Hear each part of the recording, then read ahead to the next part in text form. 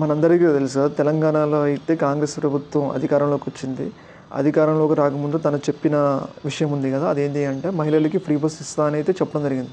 ఆ free bus ఇచ్చిన విధంగా ఫ్రీ బస్ హామీ ఇచ్చిన విధంగానే ఆళ్ళు అధికారంలోకొచ్చిన తర్వాత ఆ ఫ్రీ బస్ యొక్క ఆ ఫ్రీ బస్ యొక్క రవాణానైతే అమలు పరచడం జరిగింది.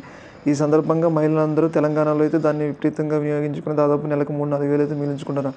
రీసెంట్‌గా ఏపీలో ఎన్నికలు జరుగుతున్నాయి కదా! ఏపీలో ఎన్నికలు జరుగుతుంటే అటు ఇప్పటికే టీడీపీ మేనిఫెస్టోలో అటు చంద్రబాబు నాయుడు ప్రభుత్వం మహిళలకు ఫ్రీ బస్ అనే అంశాన్ని అయితే ప్రవేశపెట్టడం జరిగింది.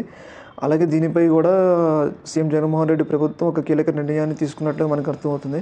ఎందుకంటే రానున్న ఎన్నికలు దగ్గరకు వస్తున్నాయి కాబట్టి ఇప్పటికే టీడీపీ తన మేనిఫెస్టోలో ఫ్రీ బస్ అంశాన్ని ప్రవేశపెట్టింది కాబట్టి వాళ్ళకన్నా ముందే అంటే ఇప్పుడు ఎన్నికల కన్నా ముందే ఫ్రీ బస్‌ని అమలు చేయడం ద్వారా టీడీపీ కన్నా 2024 ఎన్నికల్లో వైసీపీ లాభపడాలని చూస్తుంది. ఈ సందర్భంలో అయితే టీడీపీకి కౌంటర్‌గా వైసీపీ ప్రభుత్వం అయితే అటు ఏపీలో మళ్ళీ ఫ్రీ బస్‌ని ఇంప్లిమెంట్ చేసి దాదాపు మహిళలలో మంచి రెస్పాన్స్‌ని పొంది ఆ యొక్క ఓటుని 2024 ఎన్నికలు వైసీపీ మలుచుకునే విధంగా అయితే ఫ్రీ బస్ ఎన్నికల కన్నా ముందే ప్రవేశపెట్టేటట్లయితే ఆలోచిస్తుంది.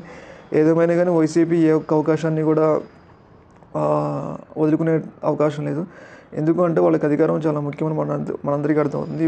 చంద్రబాబు నాయుడు అధికారం పోయిన తర్వాత ఎన్ని ఇబ్బందులు పడుతుందో తర్వాత కూడా అధికారం పోతే జగన్ కూడా ఇబ్బంది పడాల్సి వస్తుంది కాబట్టి వాళ్ళ యొక్క ఇప్పటికే మేనిఫెస్టోలో మహిళలకు ఫ్రీ బస్ అంశాన్ని ప్రవేశపెట్టారు కాబట్టి వాళ్ళకన్నా ముందే ప్రవేశపెట్టడం ద్వారా ఎన్నికల్లో సులువుగా గెలచొచ్చని అయితే అటు వైసీపీ ప్రభుత్వం భావిస్తుంది.